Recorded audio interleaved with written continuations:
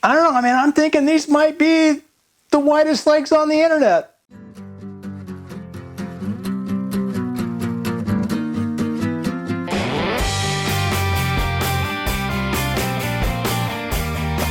Of course, that was until I saw this.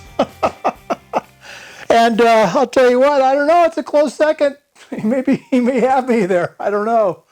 I only put that up because I knew Gary would laugh at it. And I asked his permission, but I don't know, what do you think, him or me? All right, well, enough of that silliness. Hey, you know, periodically I get comments on my channel that say things like, why don't you just shut up and get to the pour? And I typically ignore them, and I typically, you know, do what I do, which is I babble for 98% of the video, and the last couple of seconds I show you a pour. Well, today is your lucky day. If you're one of those guys that wishes I would just shut up, I haven't though, have I? This video is my top 10 list of pours. This is what I think are my top 10, okay? They're top 10 to me. And I thought I'd just kind of rank them, show them to you, and we're not going to talk a whole lot, but you're going to see a lot of metal pouring today. So without further ado, let's get on to number 10.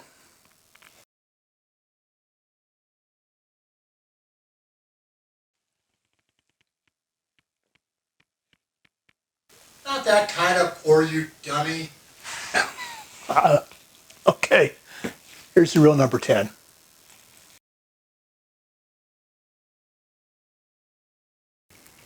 Now I'm going to watch right here along with you guys, same time. My first pour. How can you forget your first pour? This is, I've learned a lot. I've learned a lot since then. I don't pour on the concrete floor.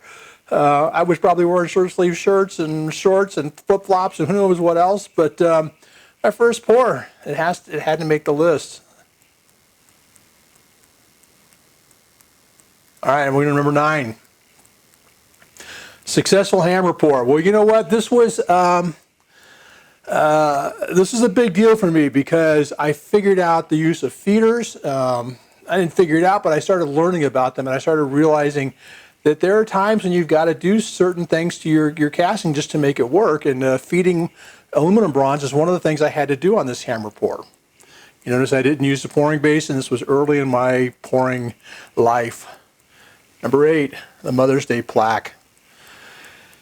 Yeah, and this is on here because, you know, come on, it's for my mom. I had to put something up there, right?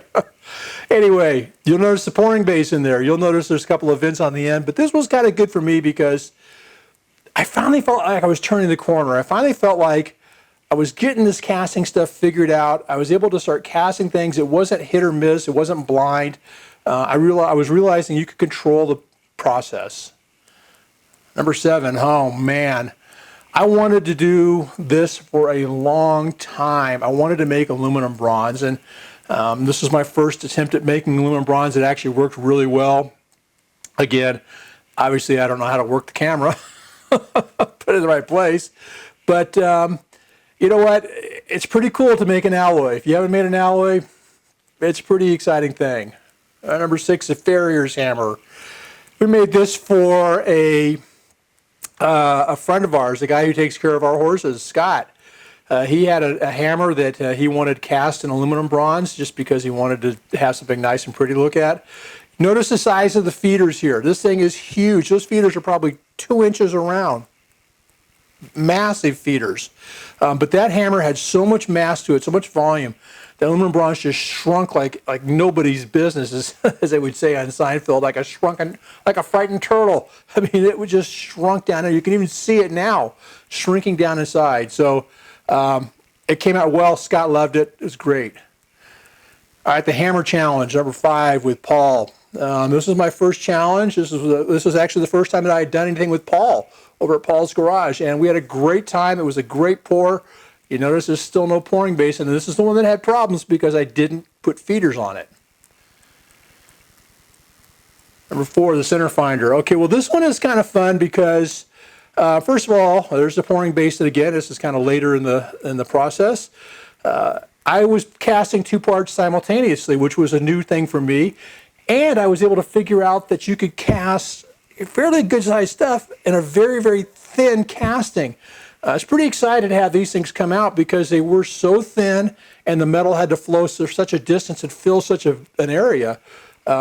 Again, controlling the process, controlling the pattern. Number 3, the Great Smith Street. You know what? This was fun because of, for one, because I had to do this, there it is, like that. I had to do that pointing thing with my finger in the model. The model turned out really well. The pattern turned out really well. Pretty happy with the end result of this casting. It came out nice looking.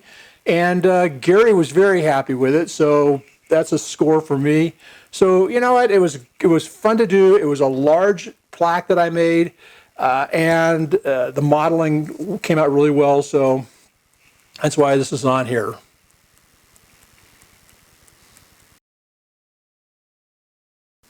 Oh, the Bitcoin. I love this thing. I carry these things. I love them. They are, I'm going to show this to you here. I love this coin. This was just, I love the fact I carry it with me all the time. I actually have a spare one here, as you can see. I just love this thing. Maybe not my favorite pour, but certainly this is definitely my favorite casting. No question about it. No questions, my favorite casting. Oh, the Maker's Coin. I love this cast, this pour, because of what happens when I pour. Listen here. Pour, keep it in there. Pop, pop, pop, pop. Let me show it to you again. I love it. Pour, keep it in there. I love those little pops. They're pretty cool. They're pretty cool to see for me. I just, that was fun too, because that was another challenge. I did that with Jeff over at Veg Oil Guy. We had fun, got to know each other during the process, and made a pretty intricate coin. A lot of little fine lines on that, and it came out well. So I was pretty happy with that thing. Anyway, so there's my top 10, and that is my top 10 because it's my channel. I get to pick. Sorry about that if you thought I had better pours. The reason I wanted to do this was just to have a little fun, maybe kind of a little bit of a jab at those guys that all they want to see is the metal pouring out.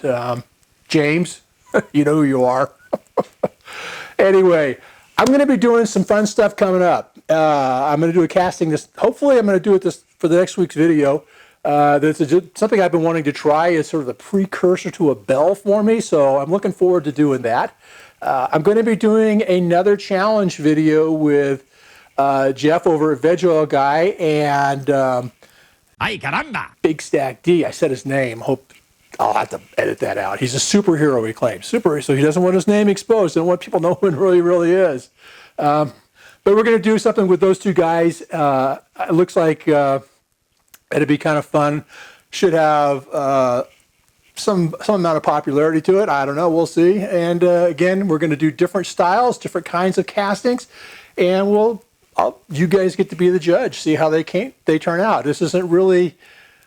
It won't really be a competition per se, but it will be a challenge again because we want to challenge ourselves and we want to challenge each other to continually improve our process, to continually improve the types of things we're making. So it is a challenge and it will be fun. So I'm going to go ahead and link, at this point I'm going to go ahead and link the two challenge videos that I mentioned earlier, the one with Paul, the hammer, and the one with Jeff, the Maker's Coin. And I'll go ahead and put up Big Stack D, Veg Oil Guy, and mine. If you want to resubscribe to any of those guys, click on those little icons there. You can do it. You guys have a great day.